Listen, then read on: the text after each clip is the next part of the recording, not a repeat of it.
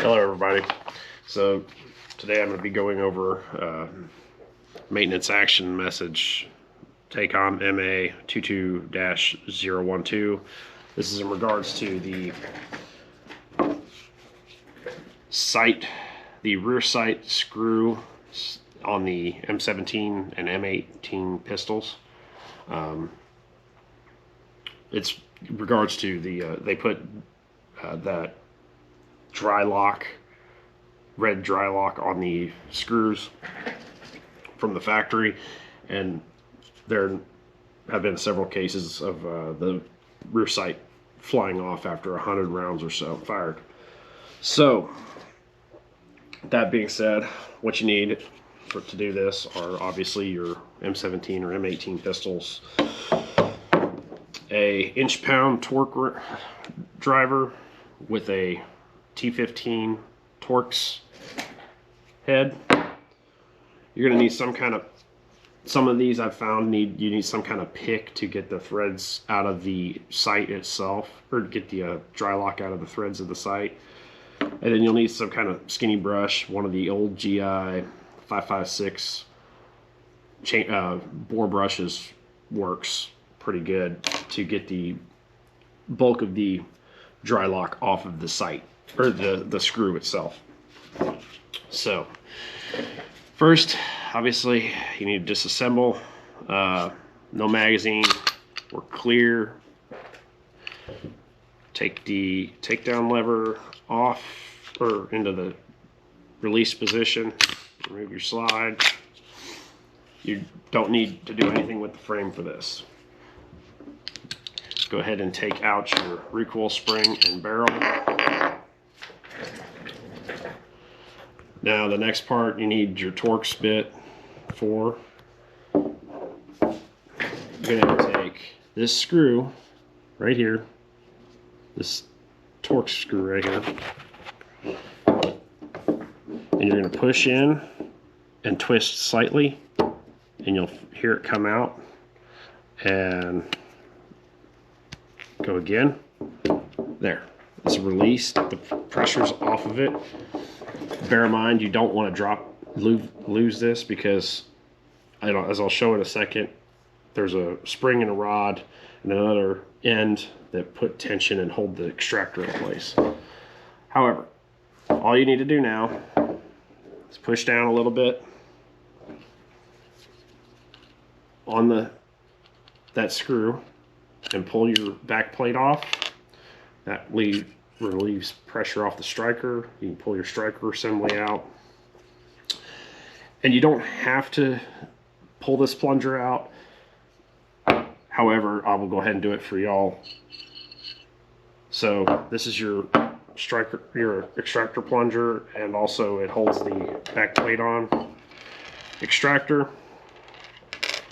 What I want to show about this is the end here.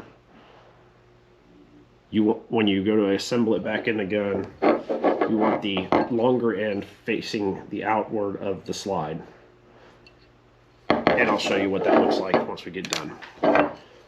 So the screw in question is in here, right at the back of the slide. It's literally in line with the center of the rear sight. So you're just going to take your Torx driver, thread it out.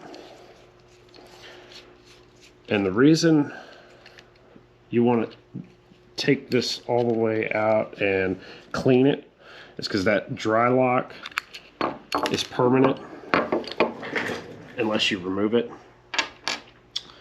And basically it going to blue Loc-tite, the 243, it's replaceable. It'll come right off once, with some cleaning. This takes some work to get off, this red stuff. So looking at this gun, this M17, there is actually no dry lock in the threads of the sight itself, so I don't have to clean that on this one. If I did, the easiest thing I found with one of them is to take your these Gerber weapons tools. There's the NS, if you can see the NSN, it's imprinted on it. but take the pick off of it and just pick out the thread locker or dry lock. But I don't have to do that on this one, so we'll move on. What I found works best for this is to take the Torx driver and press it against something. As I'm showing on the table here, and take this little 556 chamber brush or bore brush and just brush away. It takes some work. This stuff doesn't come off very easy.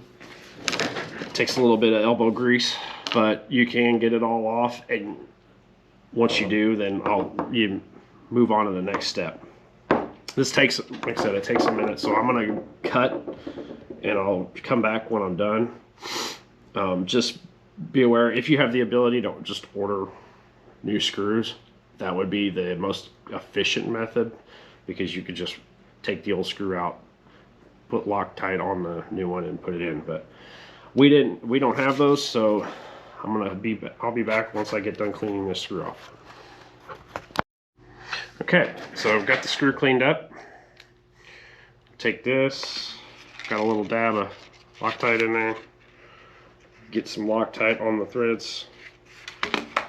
And all we're gonna do is get it up in there. I have found it's easier to have the weapon or the slide upright, like if you were firing it, to get it started. Thread it in there.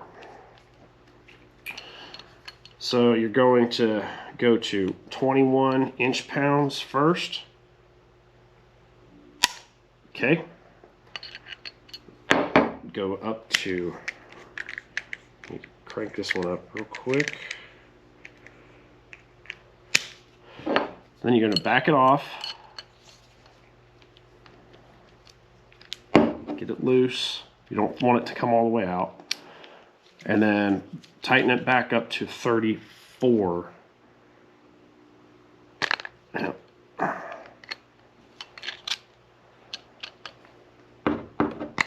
Okay, 34 inch-pounds. Okay, so that's tight. Next, we're just going to reassemble. So first thing I'm going to do is put the extractor back in. This is your extractor claw. This is what pulls on the casing. So you want that to face inward. As I said before, you want this plunger facing the long side, facing out, just like that.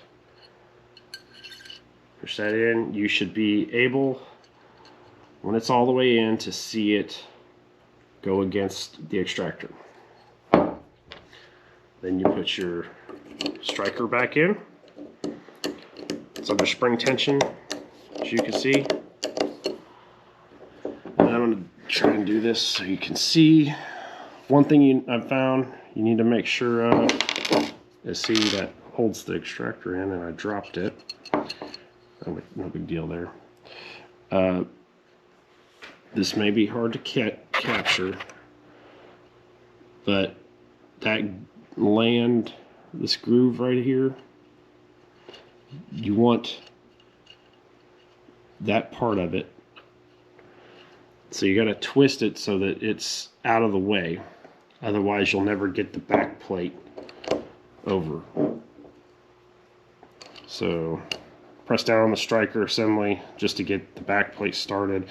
Then you need to press down on this, on the extractor screw. You'll feel it click, the back plate click in. To do that, just press in on the screw, rotate, and there we go. She's in there. It should be sticking out just from the slide, just a little bit. Yep, right there. So all I gotta do is reassemble. Got the barrels. I guess I could cover that, but it goes in, the groove. You should feel it lock in. Recoil spring. This goes out the front of the gun. This piece right here. This is what goes against the barrel locking lug. Now, just goes right through the grooves. Lock the side of the rear with the slide block. Rotate your takedown lever and release your slide. Do a functions check real quick. Okay, so this one is good to go. Hopefully you found that helpful, and thank you for watching.